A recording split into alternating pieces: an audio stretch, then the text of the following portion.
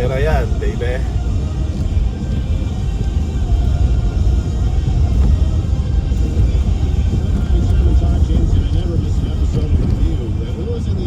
Yesterday, but Ryan Reynolds. Yeah, there's Ryan Reynolds. Okay.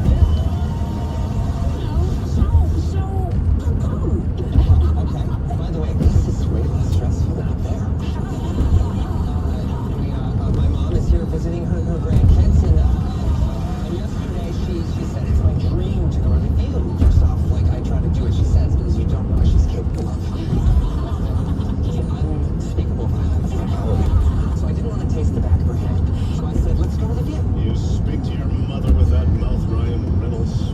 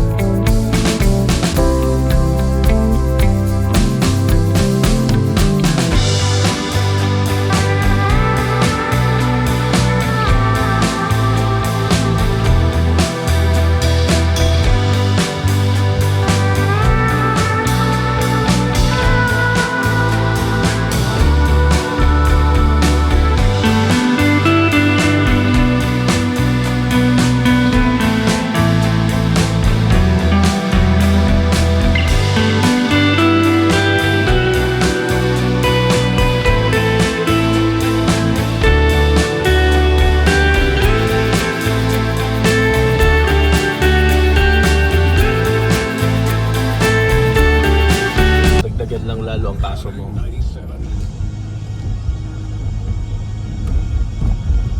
Ano ba to? Kakanan ba to? Hindi kasi mag-signal eh.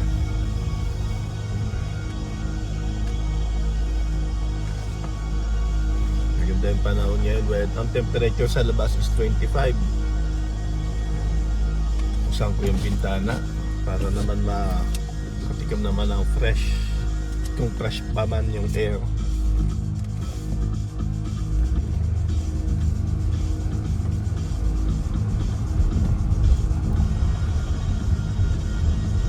Ganyan ang buhay natin dito, trabaho. Tapos ang trabaho. It's okay. Pero basta day off.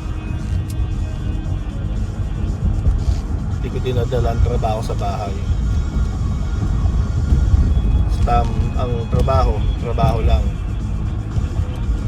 Uwi ka, iwan na yun, trabaho na yan.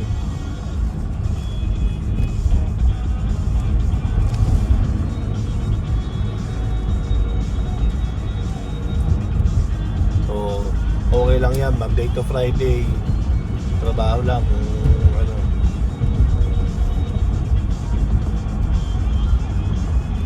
Kasi tulad yan, may mga iba't ibang ano tayo na pinupuntahan sa Monday to Friday. Iba't ibang assignment natin. Mag-assignment sa trabaho, hindi assignment sa school. Kasi minsan, i-assign ako sa ibang place. So, ganun siya.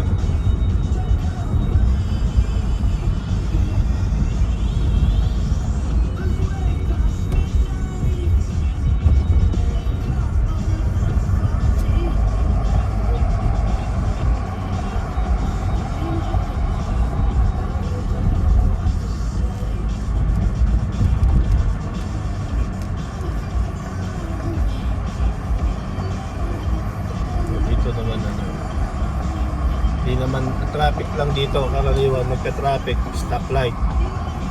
Kaya sabihin mo ma-traffic sa daan, dito so far okay pa naman. Kasi sa ibang city na rin, para ka na rin sa Pinas sa sobrang traffic according to them. But on my experience when I was in Vancouver, yeah, ma-traffic na rin doon, parang Pinas na rin. But some says in Ontario area, Toronto particularly, sobrang traffic daw talaga doon, to the point na mas prefer mo na lang mag-commute kaysa magkasasakyan. Kasi nga ano rin, parang halos na sa Pinas na ang traffic. So same thing here dito sa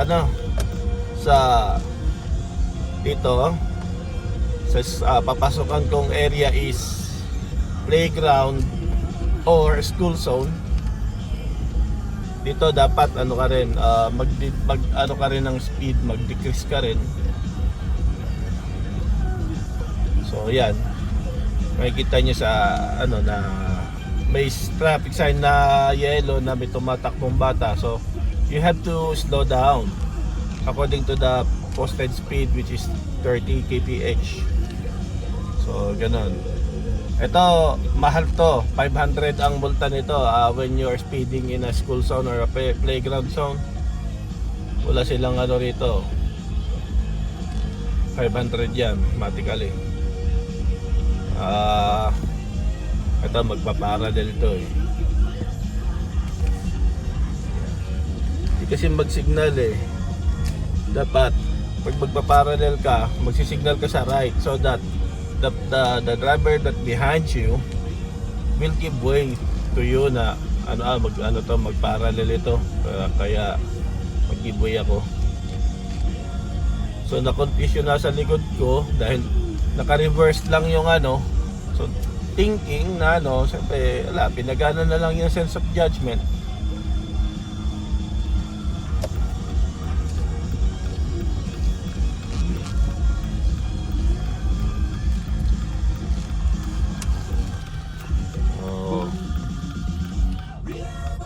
Pedestrian is always priority.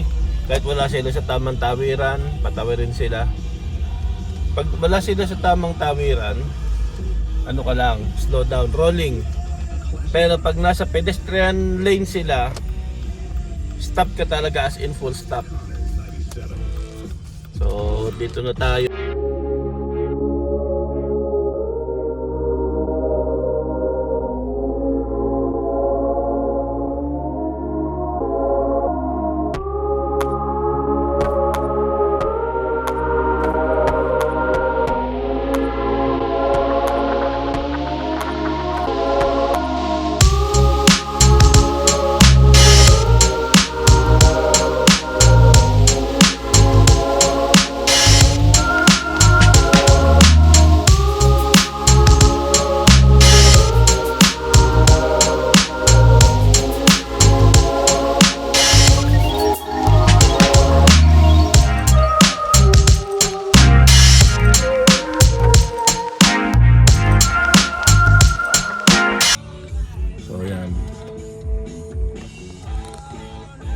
Dito naman kasi ang mga kabataan dito, yes, they are aware of technology. They are aware on cell phones and TikToks. I think these kids are also part of the millennials, or being part of Gen Z, ika nga, as what they says.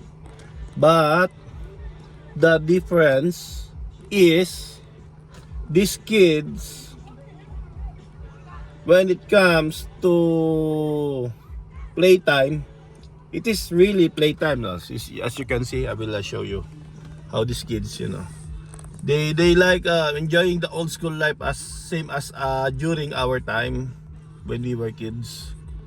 So they're not using their cell phones. They're not on some sort of techie during that time na with their when they are there with their peers or with their friends or schoolmates, diba? So andun pa rin yung sense of character pagdating sa mga sa mga bata dito. Maybe probably because they're in school. I'm not sure if they applied it when they're already when the class is over, when they're already at home. I'm not sure with that, of course. But what is important is, they are the teachers or the school guys. They're doing their best to mold their students, their pupils to instill, practice the simple way of living. They let them to play as if there's no cell phones or there's no technologies that surrounds them. Kasi ang mga kabataan talaga, especially the Philippines, pag ganyan nananahimik andun sa isang sulok, nakayuko. Bakit sila nakayuko? Because they're using their cell phones, right? So yung sense of being socialized and being friendly or developing their personality, it helps a lot, diba? Kasi pag puro na lang cellphone, wala. Ang mga kabataan they will dyan siguro probably na de-develop yung being introvert because they're doing like always stuck on their cell phones. They're busy using their cell phones. So importante. Ganda ng weather. See the temperature based on my car is 24 degrees. Ay. Mamaya na naman trabaho na naman. But it's okay. I'm very thankful pa rin. Hindi ako nagka-complain. Sabi naman, nagko-complain. Pag walang trabaho, nagka-complain, no? I'm very thankful of having a job despite of the fact that sometimes, there's especially this summer na magiging busy kami. It's kind of tiring, but it's alright. That's a part of that's a part of the career. Hindi pwedeng palagi na lang there's no such thing as perfect life or perfect way of living. Even living here in this countries, I can say it's perfect. I'm not saying that, but at least all I can say 100%, if you are being contented with a simple life or you know how to appreciate things, everything will be all right. Mahirap lang naman kung di ka marunong mag-appreciate sa mga nakikita mo. You always keep complaining. So ayan. Wala yung mga alaga kong seagulls, probably nabulabog. So ayan. Ay, andun pala sila. Yung mga seagulls na yan, di ko na napapakain eh. So another day, a day in the life. And this time, a day of the life of being at work. Thanks be to God. So Mamaya ulit. Yan ang school nila rito. Tolit is being surrounded by two schools. This one and the other one, the one with the football court. Okay. That's it, Pansit.